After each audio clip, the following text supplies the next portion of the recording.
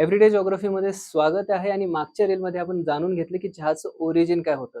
पण या रीलमध्ये आपण जाणून घेणार आहोत की हे जे चहा आहे ह्याचं उत्पादन फक्त हिली स्टेट्समध्ये किंवा जिथे उतार आहे त्याच ठिकाणी का होतं.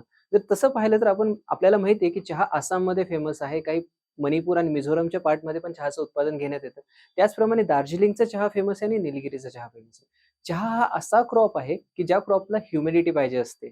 जवळपास 8 ते 10 महिने इथे पाऊस पाहिजे असतो, सनलाईट पाहिजे असते आणि उतार पाहिजे असतो. उतार का पाहिजे? कारण त्या चहामधली जी ऑर्गॅनिक कंटेंट आहे किंवा जी सॉइल आहे, सॉइलमधले जे ऑर्गॅनिक कंटेंट आहे, इथून पाणी जे आहे ते खाली वाहून जाणारं पाहिजे.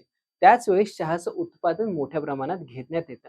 म्हणून युजुअली ज्यावेळेस आपण बघतो की टी प्लांटेशन जे होतं ते हिल्सवरती होतं, प्लेन रिजनवरती नाही होत. म्हणून महाराष्ट्र, कर्नाटकाच्या आजूबाजूच्या एरियामध्ये जिथे फ्लॅट रिजन आहे तिथे चहाचं उत्पादन घेण्यात येत नाही. जिओग्राफिकली फक्त जिथे हिल्स आहेत आणि सेडिमेंटरी सॉइल आहे, अशा भागामध्येच चहाचं उत्पादन घेण्यात येतं.